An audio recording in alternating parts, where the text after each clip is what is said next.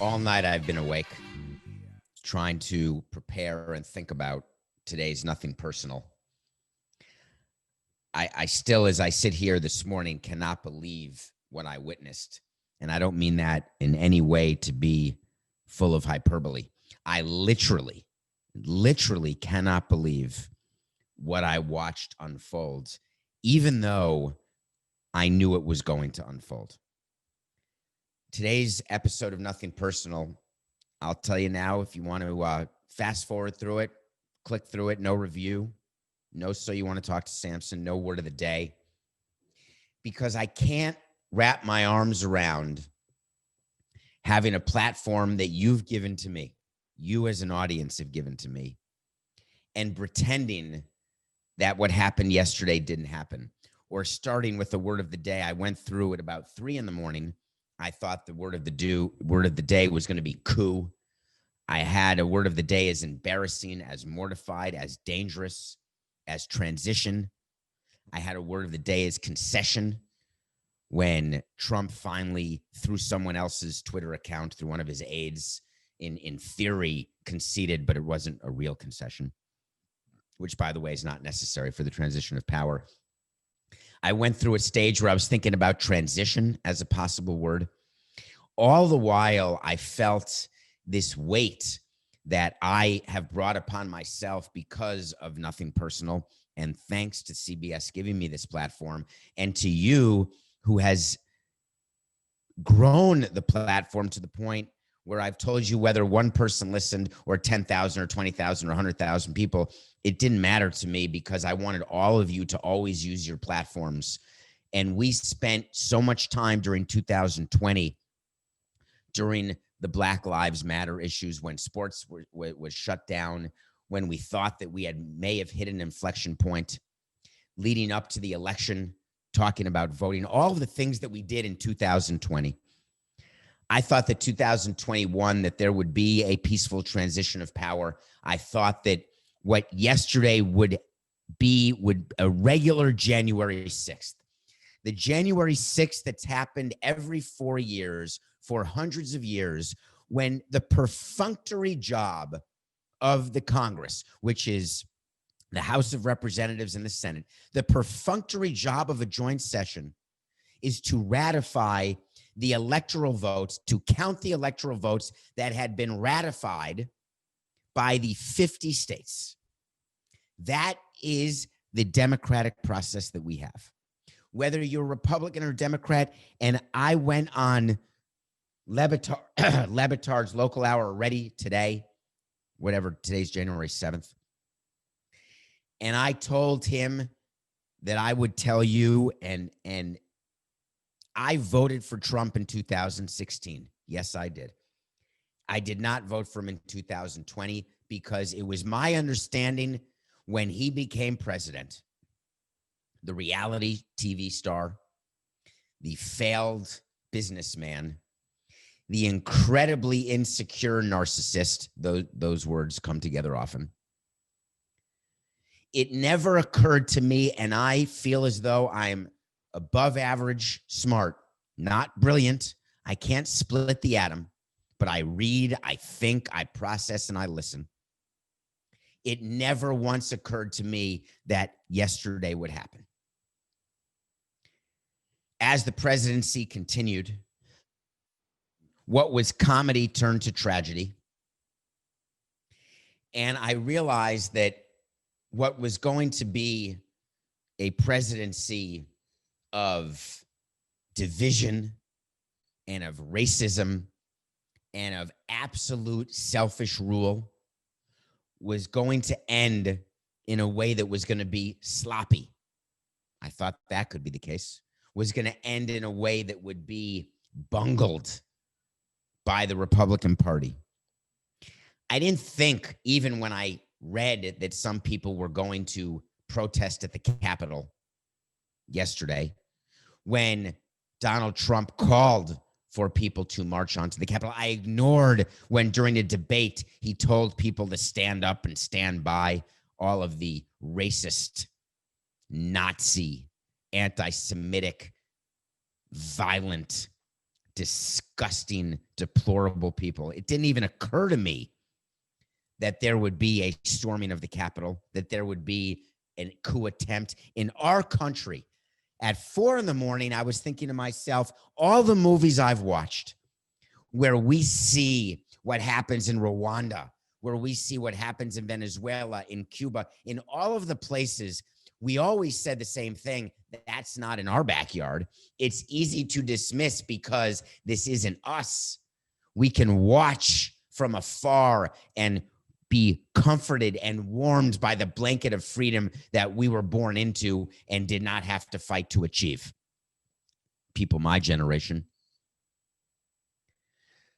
Even yesterday, as they're milling around, the purely, completely white crowd is milling around. That's a protest. They didn't necessarily have a permit, but that's a protest. And then all of a sudden, it went from peaceful protest to the exact violence that Rudy Giuliani, whatever became of Rudy Giuliani is something that we tried to talk about this morning and didn't get to. And I had not put in my mental notes or even in the document to talk about Rudy Giuliani, who after 9/11 was a hero in New York, was someone who I looked up to as a Yankee fan and as a politician. I don't know when he became that he started doing the bidding for racism, for violence, for anti-democracy. When he called out that it is time, and I'm going to misquote it, time for combat. When Trump did not come out immediately and discuss and say, go home, stop this violence. It didn't occur to me that they would storm the Capitol. And when they did, it didn't occur to me that the Capitol wouldn't be ready for it. It didn't occur to me. Coca just said, got it right. Thank you. Trial by combat. That's what Giuliani said. Trial by combat. That's not what trials are. Trial are by facts and by law. I have such a searing headache, Coca. And I don't know that it's just from exhaustion or whether it's actually from fear, because I was so scared yesterday watching. I was scared for myself. I was scared for my family. I was worried about safety. I was concerned that we had finally lost control and that the America and that the absolute freedom that I've always known and the safety that I've always known would be pierced. And that the privilege that I've always had because I'm white and because I've always been lucky, that privilege would somehow be dismissed, and that all the conspiracy theorists, all the people who had told me to get a panic room and a safe room and buy canned foods and have a gun, which I will never do, and I never say never, that maybe they were right the whole time. With one ear out the window, seeing whether or not did I still live in a place that was paradise, or was that going to be pierced as well with gunfire and violence and Nazis and rage and racism? Not even getting to the thought until even later on in the evening about what would have taken place and playing it through in my mind had any of the people at the Capitol yesterday not been white, had they been Muslim or black. Thinking, how on Nothing Personal can I even discuss it when I'm white? Do I have the right to discuss it? I have to. What do we do this morning if the result of yesterday was not Congress getting back to work? The result of yesterday was not watching 8 or so of the Republicans who had planned on objecting to the electoral vote, which is absurd to begin with. That is not their role. There is a court system when you want to object to an election. When the courts say there was no fraud, no election fraud whatsoever, you don't get another bite at the apple that includes violence. When there is a Republican out of Missouri who says we've got the right to object, this is the right place to object, decrying the violence, when he's the one who had been calling for it. When Ted Cruz or Marco Rubio or all of the other people who had been sucking the teat of Donald Trump and the power that he represented and the base of votes that he represented, when they say this is not our America, yet the entire time they had been planning for this to happen, they've been asking for it to happen in ways subtle and not subtle.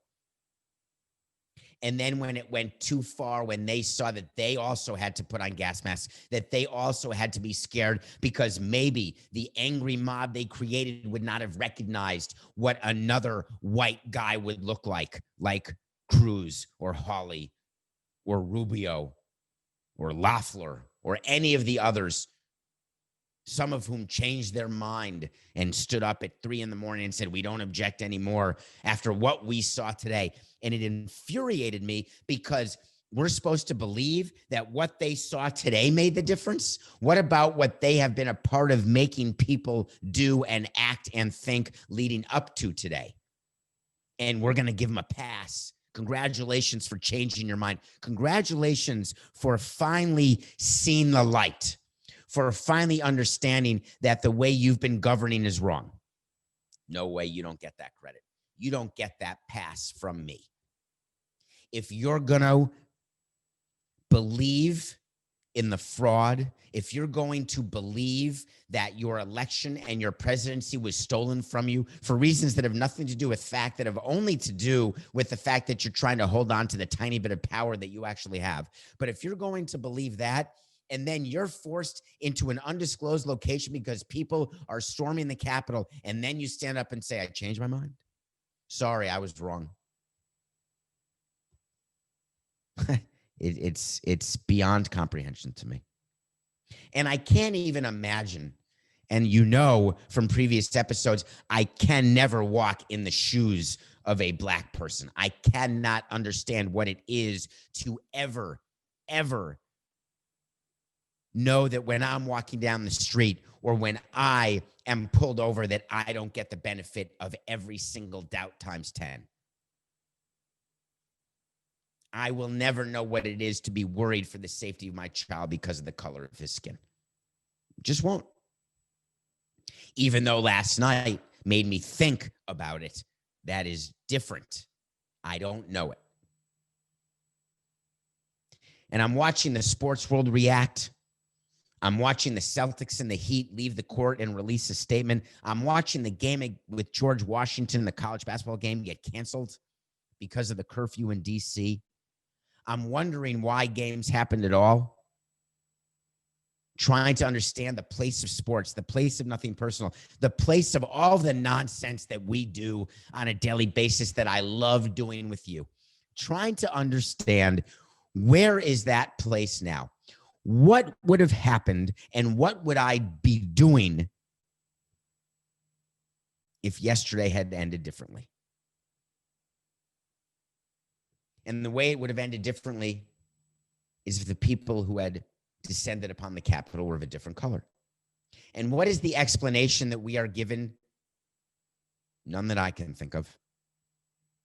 How do we expect celebrities who are black, athletes who are black, people, regular, ordinary, 9-to-5 people just trying to get through the day, how do we expect those people to react when they have seen their brothers and sisters get shot at, get tear gassed, get hit with rubber bullets, and they look at a bunch of racist Nazi white people who are allowed to take selfies after they have trespassed, committed multiple crimes? Where were the arrests? What is it, Coca? 15 people got arrested, by the way. For those people wondering, I told Coca today what was going to happen on this show. And his view of this was intelligent, well thought of, helpful, and informative to me. But if the lights get turned off today, Coca, I will make it right for you. Only 52 people got arrested yesterday.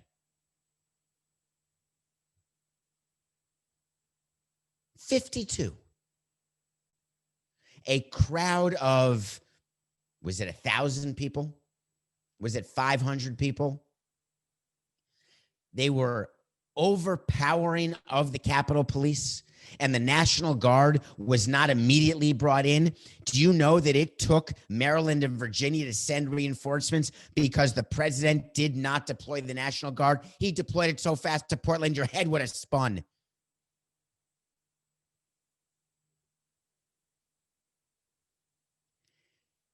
When you are in a position of power and you demand your subjects and your followers to act a certain way, they act exactly the way that you told them to act, and then you respond to it exactly the way they want you to respond, and only after you've lost control of those people do you stand up and do a 1-minute video that ends with, "We love you, you're special." The same way he talked about the people in Charlottesville. Is the man who wore the Camp Auschwitz sweatshirt, is he special? Do you love him? The person who broke through the glass, who resulted in 4 deaths, they're special? And now Republicans are beginning to separate from the presidency. Maybe they're going to say that was Trump. That was the Trump party. That wasn't me. I never would call for violence. Bullshit. Called for it every day. Just by the way you acted, by the things you said. I'm worked up because I'm selfish. I'm worked up because the very place that I chose to live in, that I was born into and don't want to leave ever, the peaceful transition of power, which has become what everyone around the world looks to in America. It didn't occur to me that it couldn't happen. I don't know, Coca. I just don't know. What do you do if you are the president of a sports team or the owner of a sports team? What do you do today if you are run a corporation that's donated millions of dollars to Trump? What do you do when you are Jewish and you voted for Trump because of his stance on Israel? Way better, might I add, than Obama. Way better for Israel than Obama. What do you do when you're a one-issue voter and it's taxes and you see what happened? Do you dismiss it as just a rogue group of people, or do you realize that you have been in favor this entire time of someone who drew a map like Nicolas Cage in National Treasure? He drew a map to where we were yesterday. And that map is not complete. The very tweet of concession had another map toward the continuation of this violence and of this racism. I got a call from somebody celebrating the fact that Twitter finally shut down Trump's Twitter account.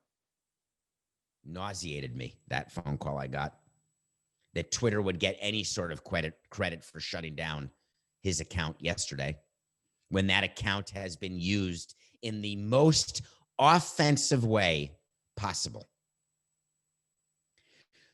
to break down, break up, and eliminate our democratic republic. His Twitter has been used in a way that an ordinary person's Twitter would have been flagged and shut down so long ago, your head would spin. But don't you kid yourself that these social media companies, they need Trump. They need the presidency. They need access to the power. It took yesterday and the unbelievable tweet that did it was not the most unbelievable tweet of all time, which was the president tweeting that his own vice president is the person who can finally do what's right, is the person who cannot certify the election, is the person who can make sure that the landslide victory that we had is recognized. That tweet doesn't get taken down. it gets flagged for not being accurate. But a 1-minute video, that's when it was too much. Coke and I have had very many discussions about when it's too much. And he and I have had very intellectually based discourse based on this. God, did I fumble that, Coca. He and I have had tremendously animated discussions when I have said there has been a moment that is then that moment makes it too much. And Coca would say to me, why do you choose that moment? And I ignored it because I really thought I was right, that it is correct that when things are going badly, like I've talked to you about the seesaw, the inflection point, that every moment, every person, every action has that inflection point where the seesaw gets tilted. And for Twitter and for Instagram, for Facebook, that happened yesterday. So without arguing whether or not free speech has now been quashed, which it hasn't, wondering whether or not Twitter should be criticized for having the wrong inflection point and that it should have happened months ago, let's argue and ask a much simpler question. When you take a position in an argument that is either politically generated and motivated, racially generated or motivated, fantasy football generated or motivated, everything on the spectrum from not important at all to the most critical thing in the world, which is your freedom, more so than your health. When you're looking at that spectrum, does the inflection point and your definition of the inflection point change?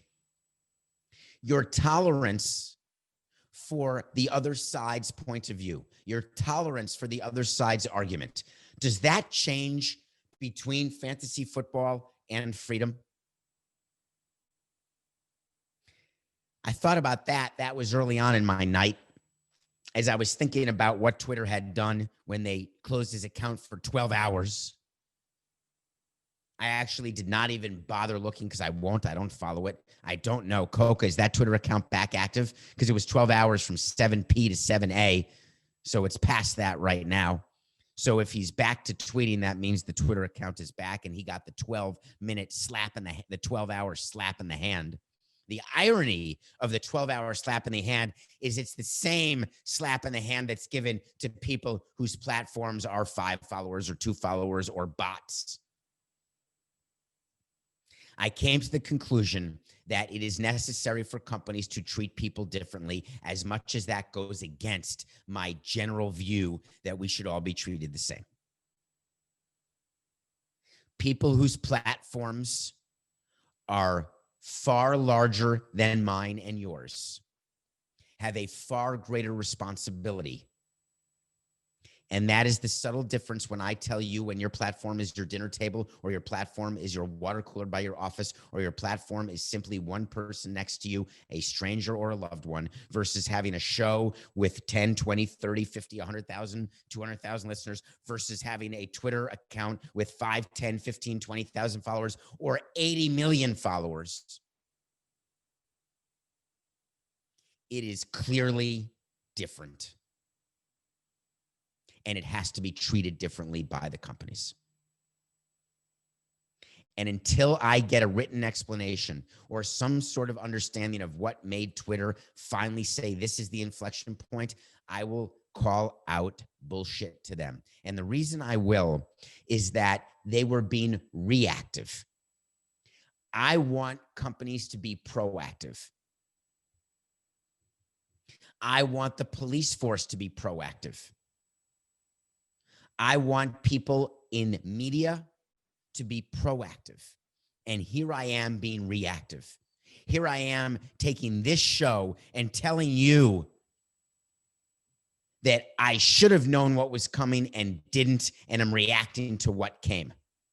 That makes me as complicit as every single other person, and that made me sick last night, literally. It stopped me from functioning. thinking, what role had I played? What role should I have played? And what role will I play going forward?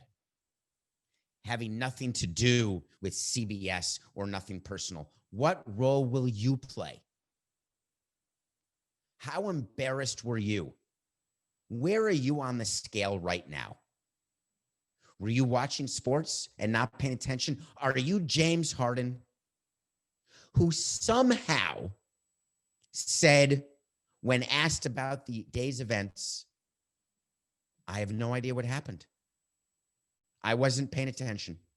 What happened? Is that excusable? Is there any person in this country, whether you've got internet, Wi-Fi, whether you are fully educated, whether you were forced to work by economic circumstance at the age of 7, is there anyone who shouldn't know what went on yesterday?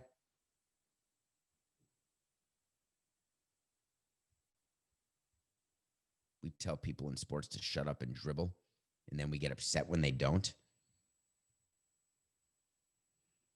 Coca, this is clumsy. And the reason this is clumsy is that we do a show that is clumsy by definition. That is what Nothing Personal is.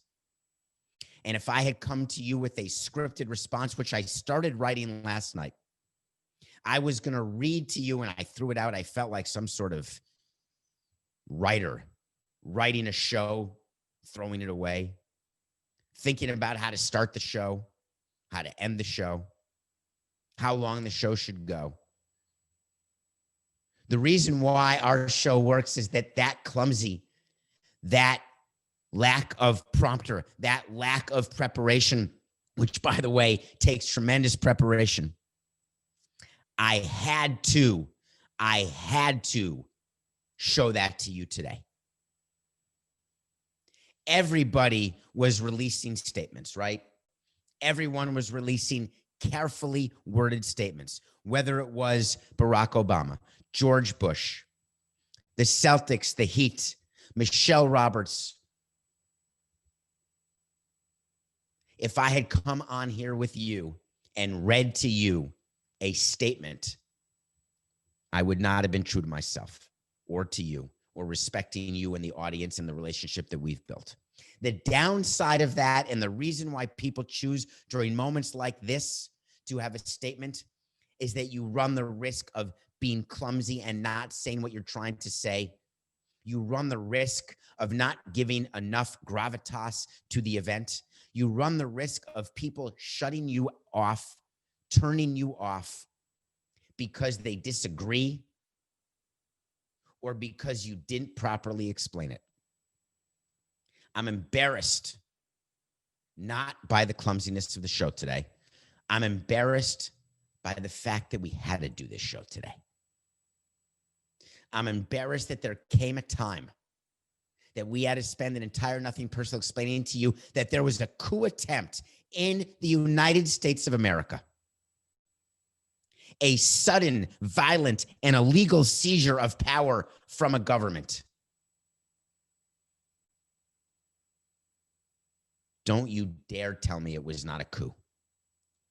Don't tell me it was just a bunch of irresponsible morons coming there, taking selfies, and that's your reason for saying it's not a coup. Those people are not the people who did the coup, you silly gooses, geese. The coup was led by the President of the United States, not by the schmuck wearing the Camp Auschwitz sweatshirt or taking their stick and putting holes in Capitol windows and breaking through and sitting in Nancy Pelosi's office or sitting in the same chair where Vice President Pence sat in the Senate as president of the Senate. There are countries where those people who do take those seats, that is the definition of the coup, because they are there to seize the government, take over the government, and start a new government on their own. These people are idiots. They couldn't put a governor on a snowmobile or a go-kart. Forget the attempt of governing a country. They are robotic followers of our current president and the people who he has recruited under him in politics to carry his water. That's who is trying to coup. And if you think that his attempts are over, you're foolish. But what are you going to do about it? Not play a game? Return to do a regular show tomorrow? Yes, I will. At about 7:30 this morning, I was thinking to myself when I got the morning paper and I looked at the size of the font of the headline, the description of the Trump-led mob descending upon the Capitol. I was thinking to myself, will we ever return to normal? And that is the word we've been using this whole year because of COVID. We want normalcy. We want to be able to get vaccinated and live our normal lives. All the while, what was going on right behind our backs, in front of our face, was so out of the ordinary that we had normalized it. The call to violence, the call to arms, the calling of a fraudulent election if the right party and the right person didn't win. We watched all of this develop step by step. We watched a coup happen. There was no surprise. It wasn't sudden.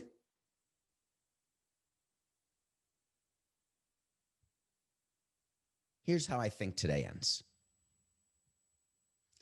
Today ends with the majority of people closing their eyes and saying yesterday didn't happen. It ends with people saying, listening to David on Nothing Personal, or reading an article, or reading a statement by former presidents on both sides of the aisle. I am now fully briefed, and I can now go back to my ordinary life. I told you already about, on a previous show, what bothered me about Hotel Rwanda, where the genocide was taking place in Rwanda, and that America came and started documenting it, and people in Rwanda said that they were going to be saved now from being killed simply because they were the wrong tribe, the wrong color.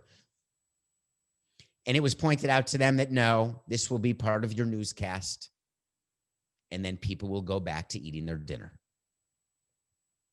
That's what makes America America, right? We get to watch the news. We get to read an article. We get to either listen or not listen to 33 minutes of a Nothing Personal episode and then go back to our ordinary day. What happens when your day can't be ordinary anymore? Because what hit closer to home yesterday gets just a little bit closer today, and a little bit closer tomorrow, and a little bit closer the next day. And before you know it, it's at your front door. Then what? So what do? What we do is that we come together and we hold those accountable, including Trump, Giuliani, Cruz, Rubio, Hawley, Loeffler, all of them. We hold them responsible for the crimes that they have committed upon all of us, the crimes that have a chance to chip away at the very blanket that we warm ourselves with every day, even after we read what happened. That's what I'm going to do. I'm going to hold people accountable by making sure that I don't stop. Not necessarily meaning tomorrow's show is what this will be about and every other show. But it means that when I make calls and when I speak to people, whether they are in law enforcement or whether they are in politics, and I am lucky enough to have the access to that, that every single time I will make sure that whoever I vote for, whoever I give money to, whoever I give a platform to, that they understand the complexity, the seriousness, and the absolute nightmare that was yesterday's coup attempt. I am committed as an American and as a free American And by the way, as a Republican American, I am committed to making sure that what you watched yesterday, assuming you're not James Harden, the horror that you felt, the fear that you felt right alongside me, that January 6th, 2021 will be the last time you ever have to feel that way again. And I hope you do the same. My name is David Samson, and there is nothing about business today. This is personal.